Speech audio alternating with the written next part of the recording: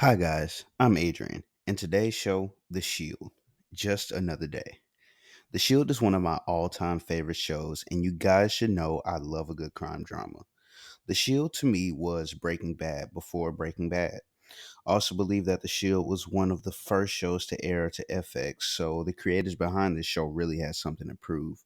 Same with Nip Tuck, but I'm on season 3 out of 6, so that's a future video.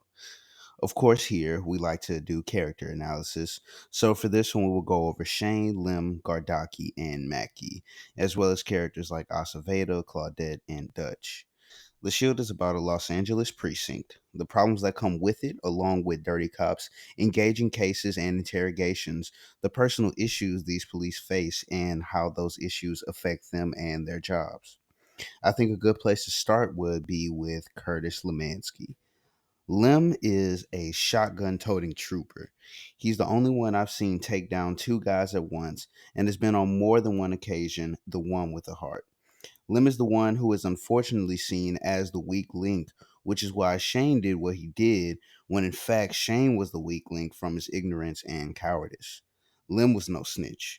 I would like to recap Lim having to wear a wire in later seasons while the strike team is being investigated. This makes communication about certain things very difficult for the strike team. This in turn makes Lim the one to sit back and or do his own mission for fear of the strike team going down or somebody hearing something they're not supposed to. Throughout the show, Lim goes through so much stress that he gets an ulcer. He even ends up leaving the strike team, one marking towards the beginning of the end. We see Lim struggle with relations in his line of work, as there is usually some baggage along with the woman that he wants. But I think the biggest downfall of everyone, including Lim, was the Armenian money train. Sitting on that money was the hardest thing the team ever did, and they consistently suffered for it. Ronnie Gardaki, the most clutch performer in Farmington. Ronnie is the reason the strike team has gotten out of so much stuff. From finding a wiretap in the barn and plotting a scheme behind it to literally being Vic's scapegoat and going to jail on his behalf. Unwillingly, I should add. Oh, yeah, Gardaki was probably murdered in jail, but that's beside the point. We see Ronnie get the butt end of the stick with cases like Amadio. This in turn shows how Vic's actions affects the ones around him. Ronnie is simply the most loyal bro to have.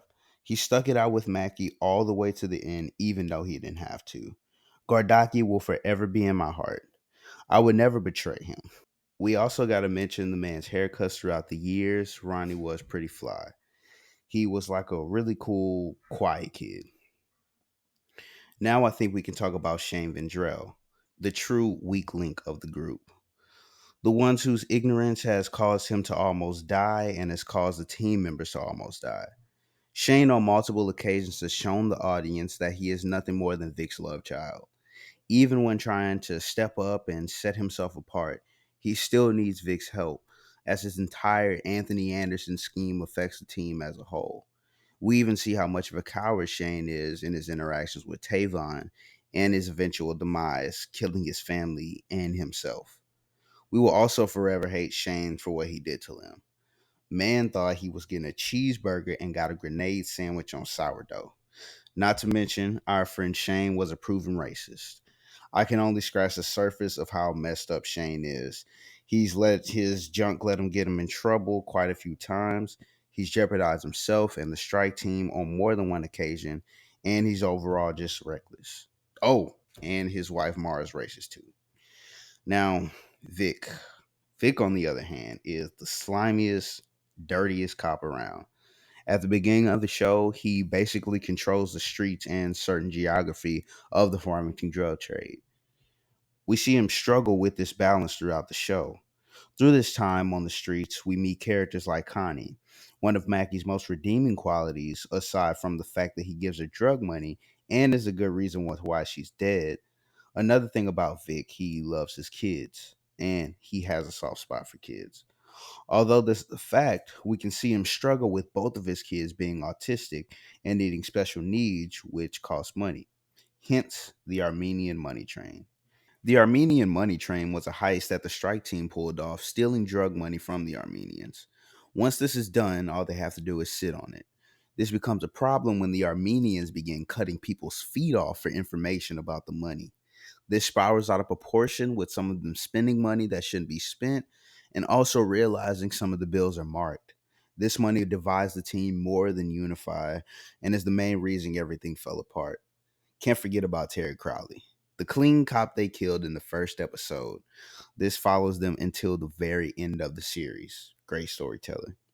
We also see how Vic treats his wife.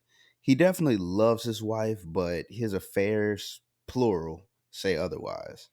I think Vic just wanted a woman at home to handle the house and kids. He treats Corinne like crap, and a good bit of the time, he usually lets work be an excuse not to be around. We definitely get to see the stress Vic has Corinne under, and although Corinne is a snitch, we still understand why she did it. Not only has Vic stolen money, lied, and had affairs, but he has also had multiple cases of violence, brutality, and even murder. He's even forced two drug dealers to murder each other. Like I said, not a great guy. The team as a whole seems like a half decent group of guys, but once you know who they are and the things they've done, that assumption changes very quickly.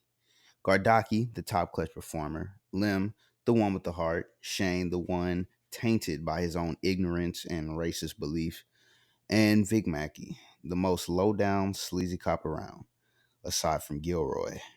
I also want to mention Aceveda. Aceveda was the police captain of the barn and had an ongoing rivalry with Vic Mackey throughout the show. We see Aceveda get raped by two criminals. This in turn makes him hungry for power. We see Aceveda do some dirty things to gain a seat in a representative position. We see him take on a prostitute that is a Dom or reverse Dom, and Aceveda takes it too far when he competes with higher paying clients. The change we see Aceveda go through cannot go without mention. From a decent cop that wants bad men off the street to being a bad man who needs to be off the street. Dutch was a great detective, but constantly belittled for who he is. We even see Dutch try to step up and gain respect, but it makes him act like a butthole. We know that Dutch was a stereotypical geek in school and he became a cop to stray away from that and gain respect, but he's bullied just the same as a cop. We see Dutch struggle with all this, all while solving murders. We even see Dutch at one point so inquisitive with what makes a man kill that he chokes the life out of a cat and has to hide the scratches. Um, for the most part, Dutch is a good man who yearns for respect but simply cannot get there. We still very much love Dutch. Claudette is probably the best detective this precinct has. Through the whole show, she stayed on the straight and narrow and did not bow down to BS. She was very serious about her work, and it shows in her detective work and interrogations. Claudette survived Vic, the DA, and many more people, all while battling lupus. Dutch and Claudette are partners, and they complete each other. They come to be best friends with their ups and downs, of course, but we see that Dutch wants to be there for her. Once Claudette lets Dutch in, they can't be stopped. We even see the chemistry they share in interrogations. Like I said, I want to save our side characters for another video, but I can't go without talking about Forrest Whitaker's character, John Kavanaugh. John Kavanaugh is what some would say another incarnation of Mackie. Someone else who will do whatever it takes to get the job done. This means lying, forcing possible betrayals, and getting just as dirty as the enemy. John Kavanaugh is just as dirty as Vic to take him down, but to no avail. I believe at one point the rivalry was so heated that Forrest Whitaker accidentally punched Vic during a scene, and Vic storming off was actually used in the final take. And of course, we can't forget Sweet Butter. One more honorable mention, or in this case, dishonorable mention, would be freaking Gilroy. Someone just as dirty as Mackie. Just as Mackie is Shane's dirty daddy, I would say that Gilroy is Mackie's dirty daddy. Gilroy has caused enough issues from his impulsive sloppiness and cowardice to put the strike team behind bars 3 times over.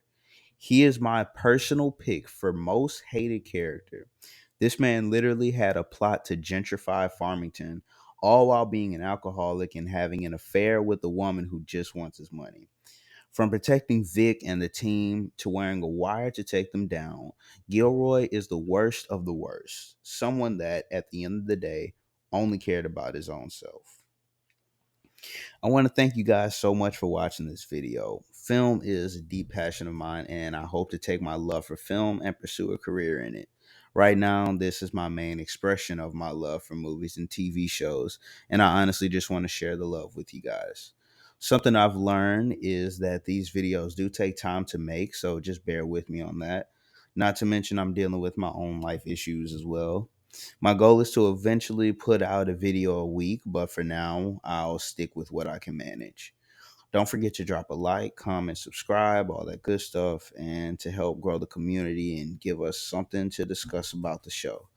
Until the next one, peace.